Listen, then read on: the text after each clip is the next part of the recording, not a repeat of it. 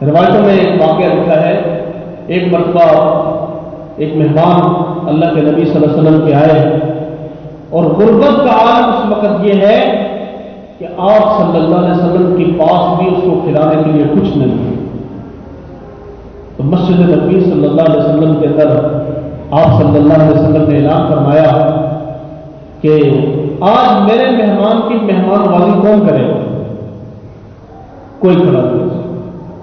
دوسری دفعہ پھر میرے نبی نے اعلان کیا کہ میرے مہمان کو کھانا کون کھلائے گا؟ پھر کوئی نہ کھڑا۔ تیسری مرتبہ اعلان کیا تو غالباً حضرت طلحہ انصاری صحابی نے آپ صلی اللہ علیہ وسلم کے وہ کھڑے ہو گئے، یا رسول اللہ صلی اللہ علیہ وسلم آپ کے مہمان کی مہمان نوازی میں کروں گا۔ گھر لے آئے، گھر میں بیوی سے آ کر پوچھا اللہ کے نبی صلی اللہ علیہ وسلم کا مہمان آیا ہے تو گھر میں کچھ کھانے کے لیے ہے؟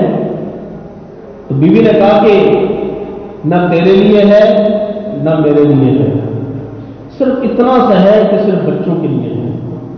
چھوٹے بچے ہیں گھر میں، ان کے لیے ہمیں بچا کے رکھا ہوا ہے، اور ہم تو چلو پاپوں سے رات گزار لیں گے، لیکن بچوں کی بھوک کون دیکھتا ہے؟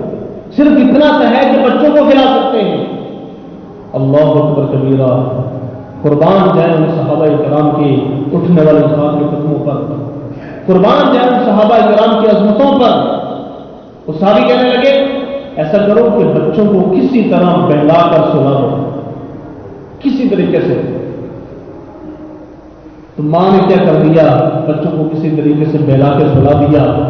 کہنے لگے اللہ کے نبی سے رات کو مہمان آئیں گے اور کھانا صرف اتنا سا ہے کہ بمشکل ایک بندہ بڑی مشکل سے کھا سکتا اس کو۔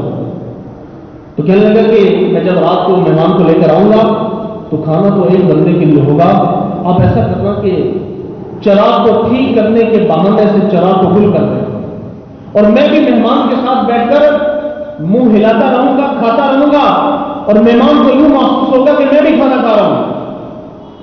اللہ اکبر کبیرہ، قربان جائیں صحابہ کے عظمتوں پر۔ مہمان آئے تو اٹھی اور چراغ کو ٹھیک کرنے کے بہانے سے چراغ کو بجھا دیا۔ یہ مہمان کے ساتھ بیٹھ کے اپنے منہ کو ہلاتے رہے کہ جیسے وہ بھی کھانا کھا رہے۔ تو مہمان نے جتنا جی بھر کے کھانا تک کھا لیا۔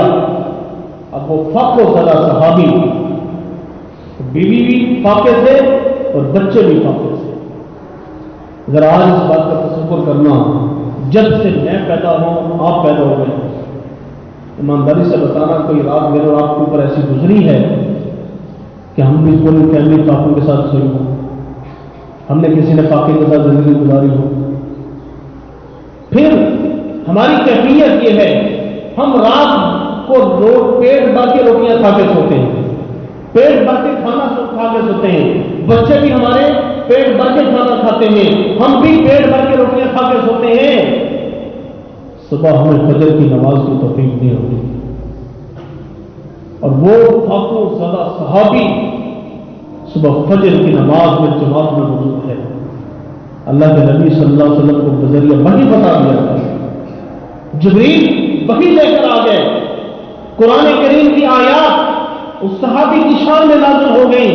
وَيُبْصِرُونَ عَلَىٰ أَنفُسِهِمْ وَلَوْ كَانَ بِهِمْ خَصَاصَةٌ، میرے نبی کو صحابی کو اپنے بلا لیا، اپنے پاس بلا لیا اور فرمایا کہ تیرے رات والے عمل کی اللہ نے بڑی تعریف کی ہے، تیرے رات والے عمل کی اللہ نے بڑی تعریف کی ہے، تیرا رات والا عمل اللہ کو بڑا پسند آیا کہ تو نے مہمان کی خاطر خود بھوکا رہنا گوارا کر لیا، مہمان کی خاطر بچوں کو بھی بھوکا رکھ لیا، مہمان کی خاطر تیری بیوی نے بھی فاقے سے رات گزار لی، لیکن مہمان کا پیٹ بھر دیا۔